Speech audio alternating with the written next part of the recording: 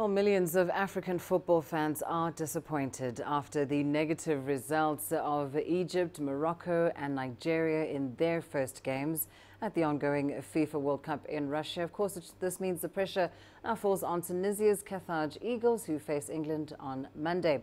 But sports analysts say the match will be a very tough one. Here's CGTN's Adnen Chaouachi with more. Tunisia football team will face England on Monday in the southern Russian city of Volgograd in its opening ground G match in the World Cup. The opening match is decisive.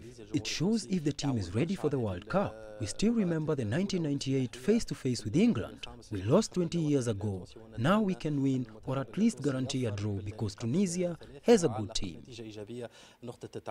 Head coach Nabil Maloul held a press conference on Sunday.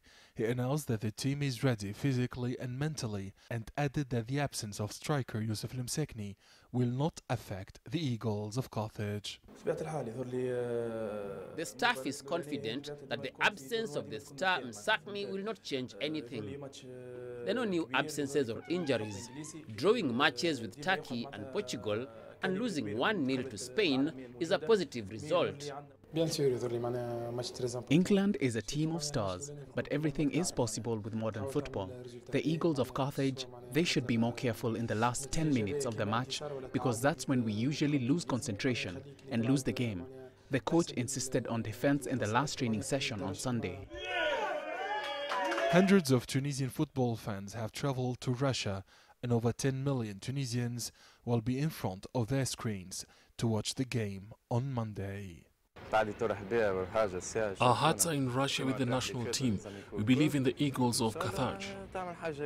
In 2016, England lost to Iceland in the last European Championship. Many Tunisians believe that the national squad could make a surprise run in Russia. In 1978, 1998, 2002 and 2006, the Tunisia football team qualified to the FIFA World Cup but failed to make it to the second round. Now football analysts assert that the North African team must show a good performance after 12 years of absence, regardless of the result. Adnen, Chaouachi, CGTN, Tunis. Well, for more on Tunisia as they prepare to face England, we're now joined by Dan Williams in Moscow. Dan, of course, the Carthage Eagles, their big match coming up today. What is the mood like in the Tunisian camp ahead of their encounter with England? I think it's pretty fair to say that there's a lot of confidence in this camp going into this first match, and really with good reason. Although this is their first World Cup since 2006 and they've gone now 11 games without a World Cup win.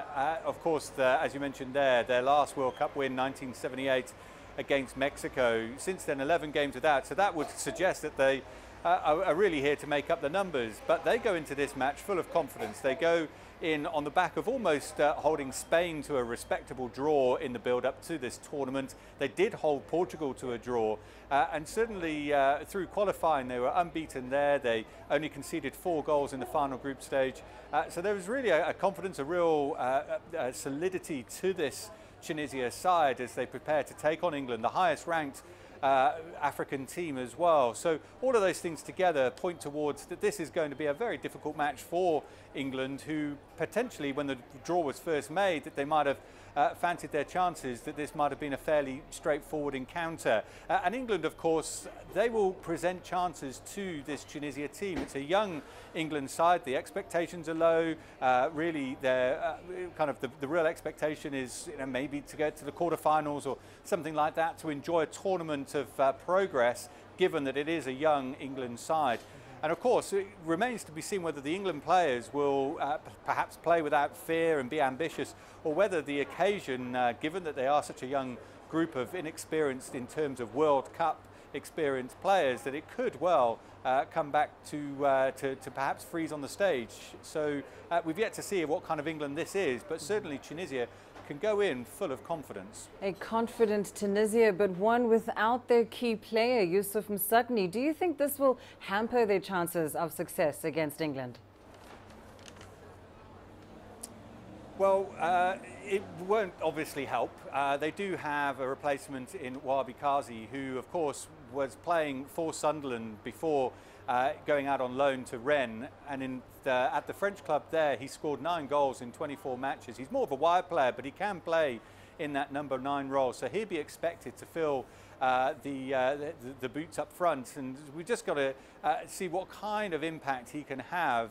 As I said just a moment ago, England will present Tunisia with chances, and they will need to take them, there's no doubt. So they do have the potential to cause England some damage, and if they do, then, well, of course, this could really be one of the surprise results of this first round of group games, and of course how Africa could do with that, just given the fact, of course, that so far not much to shout for the African team. So maybe Tunisia can change that pattern and chalk one up for Africa. Indeed, that is what we hope. Thank you so much, Dan Williams, joining us there live from Moscow.